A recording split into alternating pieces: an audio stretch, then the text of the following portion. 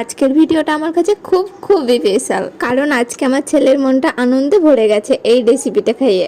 রেসিপিটা খুবই সহজ, জাস্ট 5 টাকার চিপস আর 5 মিনিট হাতে থাকলেই এরকম ভাবে সুন্দর একটা রেসিপি বানিয়ে ফেলতে পারো তোমরা, আর তোমাদের বাচ্চাদেরও মনটা এরকম আনন্দে ভরে দিতে পারো। যেন প্রথমে 1 প্যাকেট চিপসকে হাতের সাহায্যে ভালো করে ভেঙে নিচ্ছি। তাতে দিয়েছি পেঁয়াজ কুচি, লঙ্কা কুচি আর নুন, হলুদ, জিরে, অল্প একটু লঙ্কার গুঁড়ো আর সামান্য তেল দিয়ে ভালো মতো মিশিয়ে নিয়েছি। তারপর প্যাকেটটিকে এইরকম ক্লিপের সাহায্যে ভালো মতো মুখটা মেরে নিয়েছি। এবার একটি পাত্রে জল গরম করতে দিয়ে 5 মিনিটের জন্য সিদ্ধ করে নিলেই রেডি। আমার ছেলের কথাটা শুনে বুঝতে পেরেছো খাওয়ার জন্য কতটা লাফালাফি করছে। এটা কাটার সময় আমার হাতে খুব গরম ভাব লাগছিল, তবু কাটতে হয়েছে ছেলের জন্য।